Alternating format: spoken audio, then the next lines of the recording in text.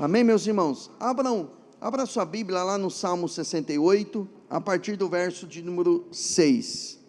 Deus dá uma família aos que vivem sós, liberta os presos e os faz prosperar.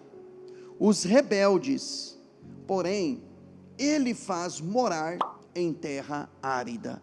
Vamos ler de novo, irmãos. Deus dá uma família aos que vivem sós, liberta os presos e os faz prosperar. Os rebeldes, porém, ele faz morar em terra árida. Que o Senhor abençoe a nossa meditação na palavra dele, amém, amados? Irmãos, eu queria compartilhar um pouquinho com vocês uma palavra a respeito de família e a respeito de casamento. Eu só quero usar a introdução da mensagem da semana passada para que você grave bem aquilo que ensinamos semana passada, quem veio, para que você seja reforçado no entendimento, para quem não veio, para que você receba esse entendimento também, para entrarmos juntos na mensagem de Deus para nós essa noite. O texto que lemos aqui, ele fala de 3 coisas que Deus dá. A questão de Deus dar é uma dádiva, é algo gratuito, não é algo que você tem que pagar. A Bíblia diz que todo dom vem lá do Pai das luzes, ou seja, vem de Deus. Todo dom perfeito vem dele. E uma das coisas que ele, de forma primária, ele já cita aqui, é que Deus dá uma família aos que vivem sós. Se Deus dá, tudo que Deus dá é bom. Quando Deus criou o homem, Ele mesmo disse, não é bom que o homem viva só. Eu vou fazer uma adjutora a ele, eu vou fazer uma auxiliadora a ele. Eu vou dar ao homem. Aí todos nós conhecemos que Deus faz o Adão adormecer, tira da costela dele a Eva, porque Ele entendeu que o homem, ele não deveria, ou ele não poderia, que não era bom ele estar só. Então o próprio Deus, que é o nosso Criador, que é um Deus de relacionamento, porque quando Ele criou Adão, antes de criar Eva, Ele também já tinha relacionamento com Adão. Por quê? Porque Deus é um Deus de relacionamento. Ele quer falar, Ele quer se expressar, Ele quer ouvir também. Quando nós olhamos para a figura do Pai, do Filho e do Espírito Santo, é a figura de uma família. Quando nós olhamos para a Trindade, embora não tenha na Bíblia essa palavra Trindade, que significa basicamente que é um Deus em 3 pessoas, não são 3 deuses, nós podemos enxergar a figura da família. E toda vez que Deus vai falar com o homem, Ele se expressa usando a linguagem da família. Por exemplo, quando Ele vai se expressar dizendo que Ele jamais vai esquecer do povo, Ele diz assim, olha, se pode uma mãe abandonar um filho? A pergunta é implícita, a resposta implícita ali é, jamais, uma mãe não esquece de um filho. Então Ele diz, todavia ainda que uma mãe se esquecer, eu não vou me esquecer de vocês. Quando Ele vai falar da intimidade de Cristo com a igreja, Ele usa a figura do casamento, que assim como o marido deu a vida, assim como Cristo deu a vida para a igreja, o marido tem que dar vida para a esposa. Ele vai sempre usar uma linguagem de família, porque quem dá família é Deus, e quem quer destruir a família é o diabo, porque ele não pode tocar no Pai, ele não pode tocar no Filho, ele não pode tocar no Espírito Santo. Então ele quer tocar na imagem de Deus, na vontade de Deus, no propósito de Deus, que é a nossa família, amém, irmãos? Então, essa questão de a pessoa que está só, você pode orar, porque vem a família que Ele vai dar a você, vem dEle, o marido, a esposa, os filhos, a fonte é Deus. Agora, uma outra coisa que Ele dá aqui, libertação, e uma outra coisa que Ele dá aqui, é sucesso, né? No texto que nós lemos, Ele dá família, Ele liberta os presos, e Ele faz prosperar. Da mesma forma que Ele dá uma família, Ele não quer uma pessoa presa, uma pessoa escravizada na mão do inimigo, ou com uma mentalidade caída, ou com uma mentalidade destruída. Ele não quer uma pessoa que ela não prospere. A prosperidade aqui é ter sucesso naquilo que você tem como vocação. Deus deseja que você tenha sucesso. Então o que você precisa para ter sucesso está na palavra. O que você precisa para ser livre está na palavra. O que você precisa para ter saúde emocional está na palavra. E está tudo de graça aqui, amém, irmãos? Você não precisa pagar para ter isso. O que você precisa para ter família, você precisa estar na presença dEle. Então, se você tiver o Senhor na sua vida, você vai ter sucesso, você vai ter a família, e você vai ser liberto. Na semana que vem, na mensagem para agora, na semana que vem eu vou pregar sobre o cordão de 3 dobras. O cordão de 3 dobras, que é na verdade, você pega um cordão, você faz 3 dobras nele, ele se torna inquebrável, ele se torna mais resistente. Então, quando uma pessoa casa, ela une a primeira e a segunda dobra, é o marido, a esposa, ele se torna uma só carne. A terceira dobra que a Bíblia está dizendo é você trazer o Senhor para o seu casamento. Se o casal tiver como prioridade a busca pela presença de Deus, e o casal for unidos na comunicação entre os dois, é um cordão inquebrável, porque Satanás não vai conseguir quebrar. Então Deus se expressa para o homem utilizando a figura da família. Por isso que você pega um homem, uma mulher, um adulto, e esse adulto, ele veio de um lar disfuncional, em que o marido largou, em que o pai largou a mãe para ir atrás de uma amante, deixou a mãe passar necessidade, a mãe sozinha, foi por uma aventura, ou a mãe abandonou a família, e a família foi completamente destruída. Essa pessoa, ela vai ter dificuldade de enxergar Deus como um pai, por exemplo. Por quê? Porque ela vai sempre fazer uma associação de Deus Pai com um pai biológico que esteve em falta. Então, o mínimo que essa pessoa precisa fazer para poder enxergar Deus como pai e ter conforto, segurança nos braços dele, é simplesmente perdoar o seu pai, a perdoar os seus pais, a sua família, porque é isso que vai desligá-lo de uma herança emocional maldita. É quando a pessoa ela decide em Cristo, ela passa a ter o fruto do Espírito Santo, ela passa a ter cura para o seu temperamento, cura para a sua personalidade, transformação no seu caráter. É quando ela decide: eu não quero ser igual ao meu pai, não quero ser igual à minha mãe, não no sentido julgando eles ou indo contra eles, mas é no sentido: eu não quero ter agir da mesma forma, eu quero ter uma forma de expressar diferente. Agora, isso só é possível quando a pessoa tem um encontro verdadeiro com Deus. Quando Deus ele vai criar o homem, quando ele vai criar os animais, os céus, a terra, ele diz: haja luz, haja isso, haja aquilo. Quando ele vai criar o homem, ele não disse haja o homem, ele diz façamos, Pai, Filho, Espírito Santo, o homem, a nossa imagem e a nossa semelhança. A imagem, ou seja, eu vou expressar quem Deus é através da minha vida. Semelhança é na questão da autoridade. Quando Deus abençoa o homem, Deus dá autoridade para o homem. Ele diz: olha, eu dou os animais da terra, os peixes do mar, por mantimento. Quer dizer, eu estou tudo isso nas suas mãos. Ou seja, vocês vão ser aqui na terra o que eu sou nos céus. Eu estou dando governo para vocês.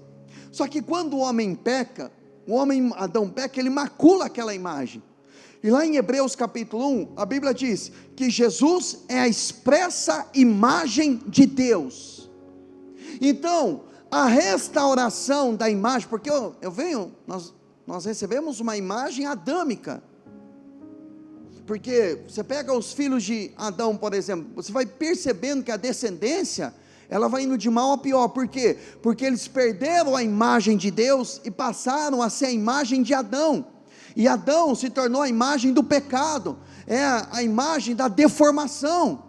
Por isso que a Bíblia fala, Paulo trata em Romanos, ele fala na carta aos Coríntios, ele fala do segundo Adão, que é Cristo. Ou seja, Adão, ele se torna um tipo, e Jesus, depois, posteriormente, ele se torna um modelo. Então eu e você, através da obra de Jesus na cruz, nós podemos ser a imagem de Jesus. Através de Jesus nós podemos recuperar a imagem de Deus que foi perdida em nós. Quando nós nascemos de novo. Então o que é que tem a ver isso com um casamento, pastor? Que se você não resolver a sua relação com Deus, você não vai melhorar como marido, você não vai melhorar como esposo, não vai melhorar como pai, não vai melhorar como filho, porque você sempre vai estar linkado àquilo que você não teve com os seus pais. E você vai fazer curso, vai fazer seminário, vai fazer um monte de coisa e não vai resolver, enquanto a sua relação com Deus não for transformada. Por quê? Porque aí você aprende de Jesus, como falar com as pessoas, como se comunicar, como amar, como perdoar, como andar em autoridade. Se você perceber, Jesus, quando ele veio aqui a essa terra, ele andou em autoridade, porque ele era a imagem de Deus. Quando ele curava, era o Pai curando. Quando ele libertava, era o Pai libertando. Quando ele perdoava, era o Pai perdoando. Então tudo que Jesus fez, eu e você podemos ter acesso. Então, meu irmão, tudo que você precisa está em Jesus, não tem como tirar. Agora, voltando aqui, quando ele diz, façamos o homem a nossa imagem e a nossa semelhança, e aí a Bíblia diz que ele criou. Está lá em Gênesis 1, 26, vamos lá, Gênesis 1, 26, então Deus disse, façamos o ser humano a nossa imagem, e ele será semelhante a nós, dominará sobre os peixes do mar, sobre as aves dos céus, ó Deus dando domínio, né? Sobre os animais domésticos, sobre todos os animais selvagens da terra, e sobre todos os animais que rastejam pelo chão. Assim Deus criou os seres humanos à sua própria imagem, a imagem de Deus os criou, homem e mulher os criou. Aí só para o 28 para nós terminarmos a leitura. Então Deus os abençoou e disse, sejam férteis e multipliquem-se, encham e governem a terra, dominem sobre os peixes. Aí ele vai repetindo algumas coisas, né, em relação aos animais aí. Então veja bem, Deus criou o homem, a imagem e semelhança de Deus. Então a primeira coisa que nós precisamos restaurar na nossa vida é a imagem e a semelhança, e isso se dá por intermédio de quem? De Jesus, amém, irmãos? Que ele é o autor e consumador da nossa fé. Quem veio domingo na igreja, eu preguei, né, sobre ele que nos declara justos, a obra dele, a fé nele nos declara justos diante de Deus. Depois, quando nós restauramos a imagem, nos tornamos novamente, voltamos à imagem e à semelhança dele, nós voltamos ao governo, nós voltamos ao domínio, porque aqui Gênesis capítulo 1 é antes da queda, então o homem tinha domínio. Então a partir do momento em que você volta para a origem, e a sua origem é o Pai, a sua origem é a família, Pai, Filho, Espírito Santo, então você passa a ter domínio sobre os animais, domínio sobre aquilo que rasteja sobre o chão, domínio para governar a terra, ou seja, domínio para você governar sobre o pecado, e não o pecado governar sobre você. Quando Jesus ele disse que o reino de Deus está dentro de vós, ele estava dizendo o seguinte, o governo de Deus, a liderança de Deus está dentro de vocês. Vocês não precisam mais se sujeitar ao pecado, vocês não precisam mais se submeter aos vícios, você não precisa mais se submeter à imagem que o seu pai deixou, que a sua mãe deixou, que a sua família disfuncional deixou. Você pode voltar a dominar sobre os seus sentimentos também. Você pode ter uma nova vida a partir de Cristo, não mais a partir da concepção que os seus pais tiveram, mas a partir da nova vida em Cristo. Paulo disse, não vivo mais eu, mas Cristo vive em mim, e a vida que agora eu vivo na fé do Filho de Deus. Você vê como Jesus é importante, aliás, é fundamental, que é importante ainda, você pode não ter algo que seja importante, mas fundamental você não pode perder de forma nenhuma, e ele é fundamental. Então, quando ele devolve a imagem, ele devolve o domínio, e aí ele diz que ele criou homem e mulher. No hebraico está literalmente macho e fêmea. São os seres que Deus criou, macho e fêmea. Deus não errou colocando uma menina no corpo de um menino. Deus não errou colocando um menino no corpo de uma menina. Nós precisamos amar essas pessoas, mas nós precisamos que tenha sexualidade deturpada, mas precisamos mostrar para elas a fonte da vida delas, que é Deus, que é o Pai. E aí, quando a pessoa tem essa identidade dela bem definida, ela sabe que ela é imagem e semelhança de Deus, ela sabe que ela tem domínio, que ela tem governo, ela entende também que Deus a criou homem, ou Deus a criou mulher, macho ou fêmea, para constituir família. E quando macho e fêmea se unem, falando do matrimônio, a Bíblia diz: deixará o homem o pai e a mãe, unir-se-á a mulher da sua mocidade. Quando a Bíblia fala sobre deixar pai e mãe, a Bíblia está dizendo o que ela está querendo dizer: deixar pai e mãe. A partir do momento, eu sei que como pai, isso é muito difícil para nós, né? Você ter que, quando você quer ser deixado, você sai da casa do pai e da mãe para casar, uma coisa, mas você vê seus filhos, né, deixando, você fala: não, eu quero ele para mim. Mas é literalmente deixá-los, para que eles se tornem uma família. E a partir do momento em que você deixou o pai e a mãe, você tem que deixar literalmente. O seu pai e a sua mãe não podem dar palpite no seu casamento. Os pais não podem meter o dedo no casamento dos filhos, tem que deixar. A não ser, lógico, pede ajuda, pede orientação, é uma coisa. Estou dizendo sobre abandonar, a Bíblia não diz para abandonar, tá, irmãos? A Bíblia diz para deixar, são duas coisas distintas. Porque às vezes quando um casal, eles entram em comum acordo, lógico que a família vem junto, só que aí depois acaba priorizando mais uma família do que a outra. Ou às vezes o sogro, a sogra começa a manipular. Pior ainda, às vezes o sogro e a sogra têm um casamento deficiente, o pai e a mãe têm um casamento destruído de aparência. E aí a filha quer ouvir a mãe no casamento que tem, acerca de casamento, que tem um casamento destruído. Eu não estou fazendo apologia ao abandono ao pai e à mãe, mas eu estou fazendo defesa para você voltar à palavra. Você, esposa, a forma como você vai tratar o seu marido está dentro da palavra e não dentro da sua mãe.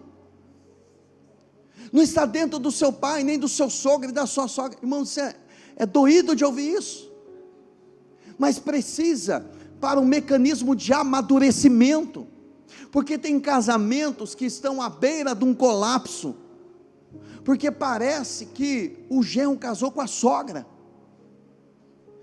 parece que eles não conseguem deixar o pai e a mãe, o casal, emocionalmente falando, mas às vezes não consegue deixar. Às vezes o problema não está nem neles, o problema está na mãe, que é doente emocionalmente, que não consegue liberar destino, não consegue fazer os chamados ritos de passagem, deixar a pessoa indo, cada fase da vida dela, e liberando a pessoa para o propósito dela, liberando a moça para o propósito dela, liberando, porque a Bíblia diz que os nossos filhos são como flechas são para serem lançadas, e não ficar eternamente na aljava.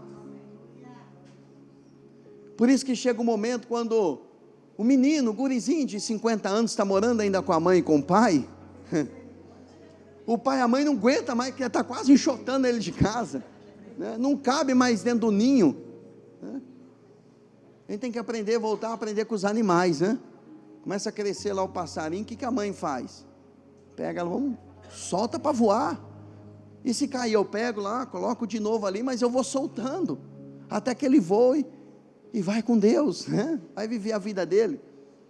Então são processos normais, que vem da mesma fonte que é quem? Que é Deus. Deus disse: não é bom que o homem esteja só.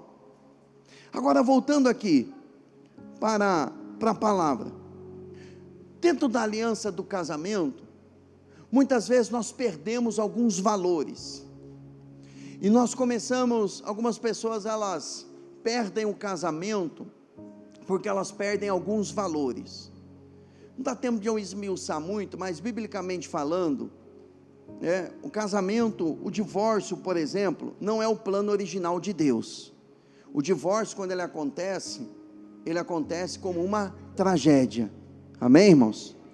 Mas o divórcio não é o fim da vida de uma pessoa. A gente precisa parar de condenar, porque às vezes a pessoa faz uma interpretação errada, e acha que a pessoa não pode contrair um novo matrimônio, por exemplo. A Bíblia fala, por exemplo, qual é as 3 posições da Bíblia, que a pessoa pode contrair um novo casamento. Primeiro, se o cônjuge falecer, se o marido ou a esposa vier a falecer, o viúvo, o que ficou vivo, ele tem o direito pela palavra de casar novamente. Só que tem gente que fala: não vou enroscar de novo não, eu vou ficar, vou manter assim. Mas a segunda posição, quando há um caso de adultério, de infidelidade, a palavra no grego é porneia, tudo que envolve pornografia, tudo que envolve sexo ilícito, extraconjugal, dá uma liberdade, para a pessoa, um adultério, na prática dá a posição para a pessoa contrair um novo casamento, porque se a pessoa foi a parte ferida, e ela tem a posição, biblicamente falando, de ter um próximo casamento. Esse era o plano de Deus? Não, e ele deixou bem claro. Por quê? Por causa da dureza do vosso coração, porque Deus sabe da limitação do homem em liberar perdão. Digo homem, homem e mulher, da vítima. Mas mesmo assim, a pessoa que não perdoa o cônjuge que feriu, ele sai com o título de dureza de coração. Mas uma vez, aconselhando um casal que estava enfrentando essa questão de adultério, eu disse para a pessoa o seguinte, eu falei: olha, que a pessoa disse assim: pastor, eu posso largar, porque eu não consigo perdoar. Eu falei: mas você não pode usar isso como brecha. Por quê? Porque perdoar, você vai ter que perdoar de qualquer jeito, com ele ou sem ele. Mas é difícil. Então, se é difícil perdoar, que não é fácil, é com a graça de Deus, já que é difícil mesmo, sem a pessoa ou com a pessoa, então permaneça com a pessoa, lute pela família, lute pelo casamento. A terceira opção, que biblicamente se abre uma brecha para contrair um novo casamento, está lá em 1ª carta aos Coríntios, capítulo 7, verso 14, se um dos cônjuges vier a abandoná-lo. E aí a Bíblia diz que se ele for, deixe ir, porque Deus não nos chamou para a prisão, mas nos chamou para a liberdade. Se a Bíblia deixou ir, então ela deixa o novo casamento dentro desses parâmetros. Agora, você não pode usar dessas brechas como um pressuposto para abandonar, para deixar de lutar. Por quê? Porque antes de um divórcio, a pessoa tem que lutar para restaurar o que foi perdido dentro do lar. A Bíblia fala em Lucas capítulo 15, conta a parábola da moeda perdida. Aliás, capítulo 15 de Lucas fala de restauração em todos os âmbitos. Por exemplo, fala do filho pródigo, que ele saiu de casa, e o pai ficou dizendo para ele: meu filho, não sai de casa, você vai perder tudo que você tem, olha a casa que você tem aqui. Não, Deus não falou absolutamente nada, o pai, ali não falou absolutamente nada, ele simplesmente deu. Estava até conversando com uma pessoa ontem, eu estava dizendo assim para ela, que deixar a pessoa tomar uma decisão, até uma decisão errada, faz parte do processo de maturação, sabia? Você já conversou com alguém, ou com um filho, ou uma filha, ou um marido, ou esposa, ou alguém, que você sabe que a pessoa vai tomar a decisão, uma decisão errada, e aí você quer controlar tudo. O problema não é na decisão errada, o problema é que você quer controlar tudo. Tem situações que faz parte da maturidade, você tem que deixar.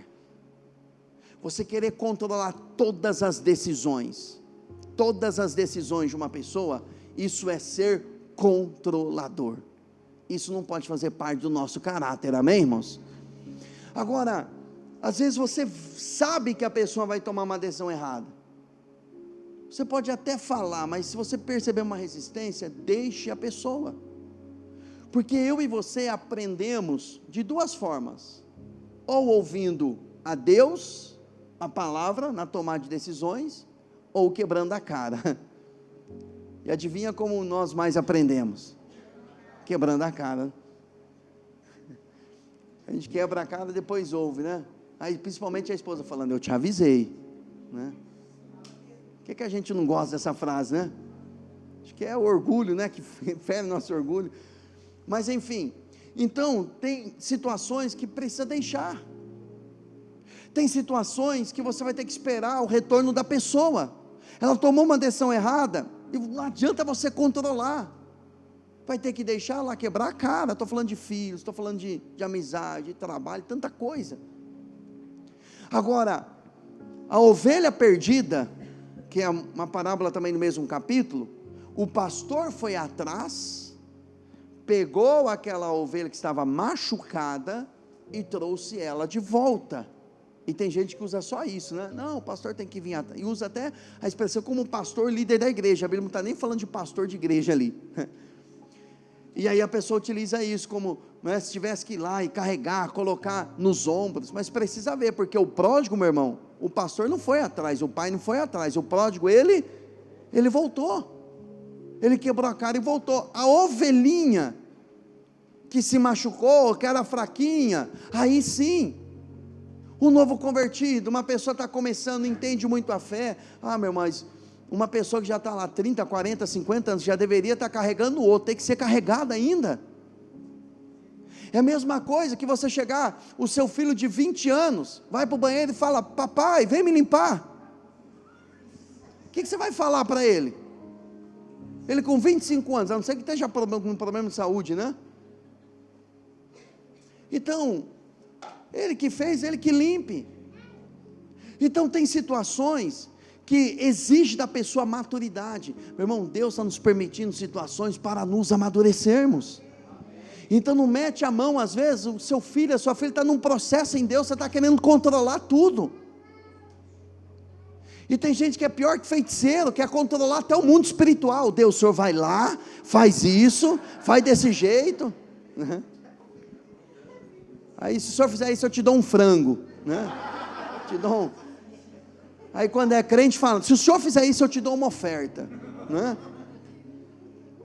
Parece um macumbeiro crente, não, um feiticeiro crente, quer manipular o mundo espiritual.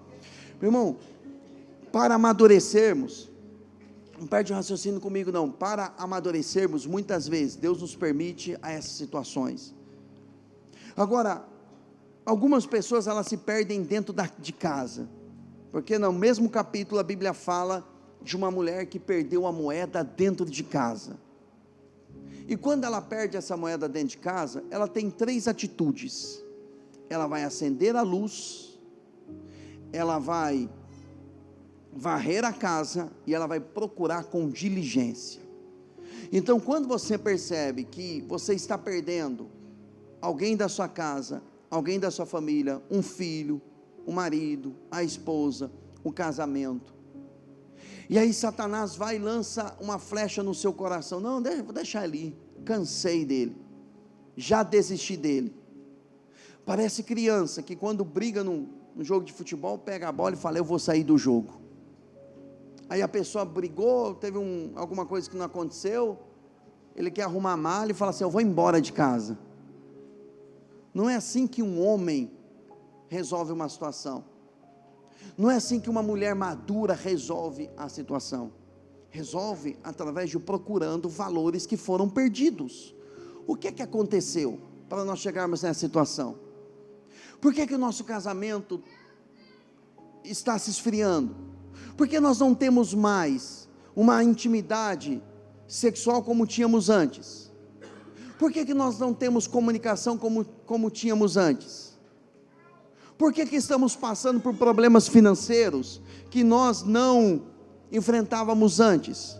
Meu irmão, tudo se resume na comunicação. Vocês estão entendendo, irmãos? Na comunicação. Porque o casal é um time, mas é o mesmo time, não o time adversário, para ver quem ganha. Porque todos estão envolvidos dentro do mesmo time. Então a solução é: acenda a luz. Acender a luz, a Bíblia diz: lâmpada para os meus pés e luz para os meus caminhos é a tua palavra. É você trazer a palavra para o seu casamento, é falar: o que é que está acontecendo? Não é para trazer a mãe para o casamento, não é para trazer o pai para o casamento, não é para trazer o amigo ou amiga para o casamento, não é para usar o cara lá da internet, trazer ele para o casamento, é para trazer a luz da palavra, e ver o que é que se perdeu. Quando você traz a palavra, quando você acende a luz, você começa a enxergar: tem uma teia de aranha ali, tem uma poeirinha ali que eu esqueci de limpar. Você já tentou limpar a casa no dia que está sem energia dentro de casa? Você não vai conseguir limpar direito, porque está escuro. Então primeiro traz a palavra. Não tente achar onde é que você errou sentando e ouvindo alguém. Procure o que você errou lendo a palavra de Deus. Espera, o que a Bíblia diz sobre: eu estou perdendo a minha esposa, mas por quê? Como é que a Bíblia diz que eu tenho que tratar minha esposa? Eu estou perdendo meu marido, por quê? Como é que eu tenho que tratar o meu marido? Eu estou perdendo os meus filhos, por quê? O que é que eu tenho que fazer à luz da palavra? Então a luz vai ser acesa.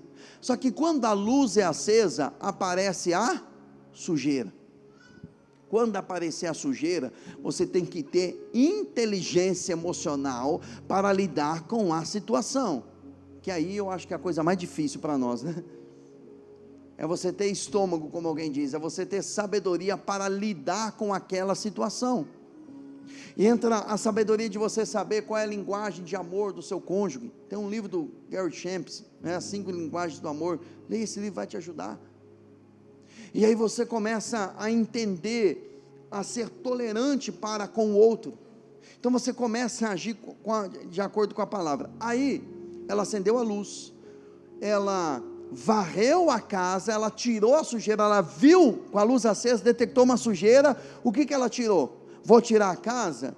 Vou jogar tudo fora? Não, eu vou tirar a sujeira. Não é tirar o casamento, não é jogar a família, não é jogar o filho na lata do lixo, é tirar a sujeira. E a Bíblia diz que ela procurou com diligência, exigiu dela dedicação.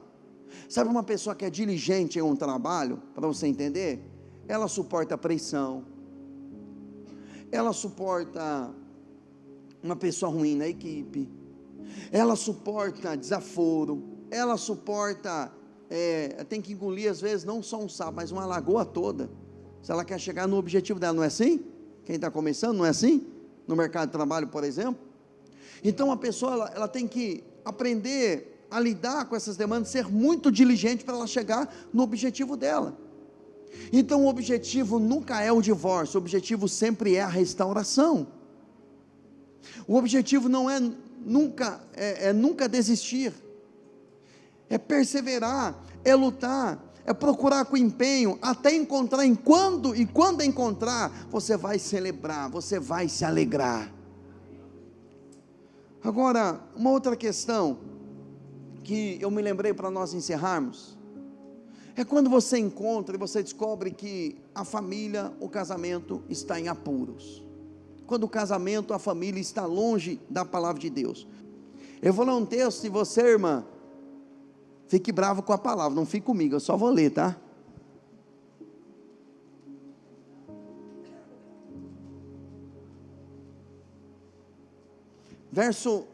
Provérbios 27, versículo 14. A bênção dada aos gritos cedo de manhã é recebida como? É recebida como, irmãos? Não está ali? Maldição, né? Estou brincando, Juliano. Provérbios 27, 14. Eu estou lendo na NVT, mas está diferente a tradução. Põe na NVI, fazendo um favor, João.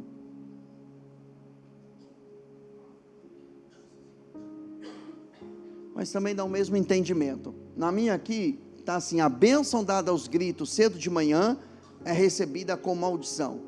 Aqui diz, a saudação, aqui ó, a bênção dada aos gritos cedo de manhã é recebida como maldição. Se você falar a coisa certa na tonalidade errada, aí a pessoa diz: eu não sei, eu falo, ele não entende. Mas a maneira como você fala, mas eu não, aí a pessoa diz o seguinte: mas se ele não entende direito, o problema está nele, não está em mim não, o problema está em quem fala. Então a Bíblia está dizendo que ainda que você fale a coisa correta, mas aos gritos, ou de forma ruidosa, com ruídos, ainda que seja bênção, ele vai receber como uma maldição. Aí o verso 15, a esposa briguenta é como goteira constante em um dia chuvoso, detê-la é como deter o vento, não consegue, é como apanhar azeite com a mão direita, vai escorrer, como o ferro afia o ferro, assim um homem afia o seu companheiro. Agora o 18, quem cuida de uma figueira, comerá do seu fruto, e quem trata bem o seu senhor, receberá tratamento de honra. Pode ficar tranquilo, tá, irmãos? Estão bravos comigo? Eu vou falar do marido daqui a pouco também, né? Mas só deixa eu começar pelas mulheres aqui, né? Não precisa não, né? Não precisa, sua esposa falou, precisa sim. Você percebe, irmãos, preste atenção aqui para nós encerrarmos. O finalzinho do versículo 18, o final do texto que eu li no verso 18 diz, que quem cuida de uma figueira, comerá do seu fruto. O que a Bíblia está sugerindo aqui? Que você, mulher, vai ter o homem, que vai ser o resultado da maneira como você fala, da maneira como você age. Por isso que a Bíblia diz que a mulher sábia, ela edifica o lar. Tem uma mensagem muito antiga do Cláudio Duarte, chamada, assiste depois, fica como tarefa de casa, homem banana, mulher abacaxi. Depois o Márcio Michele também acabou aderindo a essa mensagem, mas essa mensagem tem uns 15 anos. Então o texto está dizendo o seguinte, que a mulher, ela vai ter o marido bendito ou maldito, dependendo daquilo que sai da boca dela. Amém, irmãs? Ficaram quietinha, cadê esse irmão pentecostal? Glória a Deus, aleluia. Se você ficar quietinha, vai dar a impressão que eu estou falando com você, e você não é assim, né? A Bíblia diz em 1ª carta de Pedro, capítulo 3, que a mulher ganha um marido, como? De boca fechada, porque a forma como fala, ele vai entender como maldição. Agora, tentar deter uma mulher dessa, que ela é como goteira. Você já morou numa casa que tem goteira? Aí tem umas irmãs que vão falar assim, mas a culpa é do meu marido que não consertava o telhado. Eu falava para ele, por isso que estava gotejando, sempre a culpa é do outro, né? Mas ele dá essa comparação. Eu sei que é difícil de repente para você, irmã, mas é a forma de Deus, porque se você cuidar da figueira, a figueira é o seu marido, você vai comer do fruto.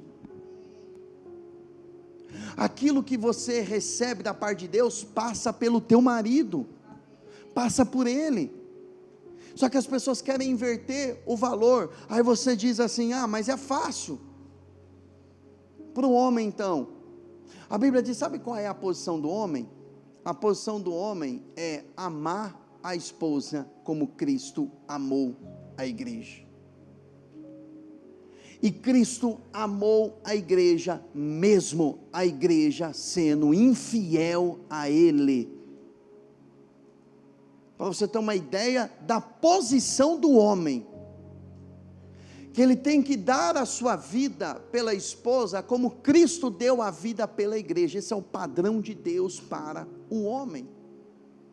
Agora, imagine um homem que entrega a sua vida, que luta para, mas minha esposa tem cheio de problema, tem a crise, né, do início do casamento.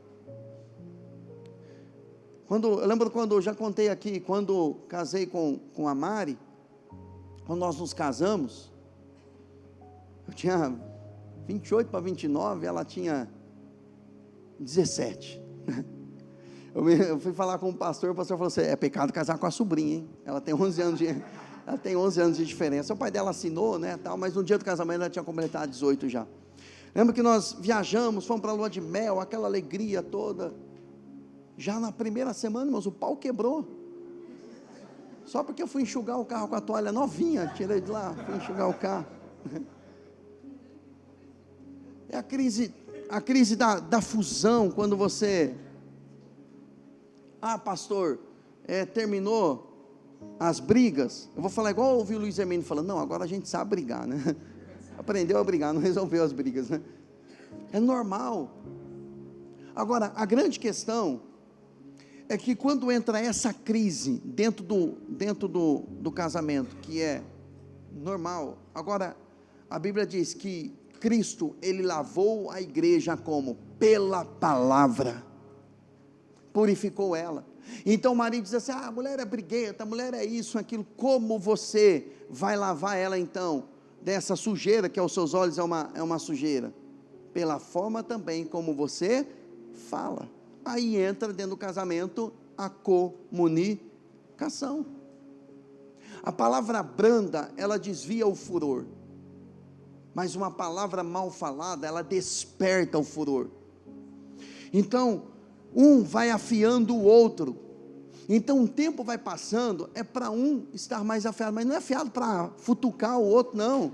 É afiado no sentido de estar preparado um para o outro. Porque nós usamos aí, pensar, você está afiado hoje, né? Está me ferindo com palavras, mas não é nesse sentido. Agora, se você cuidar bem da sua figueira, e tratar bem o seu Senhor, você tratar bem o teu marido, você receberá um tratamento de honra. Esse é o princípio bíblico. E você, meu irmão, dê a sua vida para a sua esposa, como Cristo deu a vida pela igreja. Porque se os dois estiverem juntos, vocês vão vencer e vão conquistar todo o propósito de Deus. Pastor, mas o meu marido é o avesso.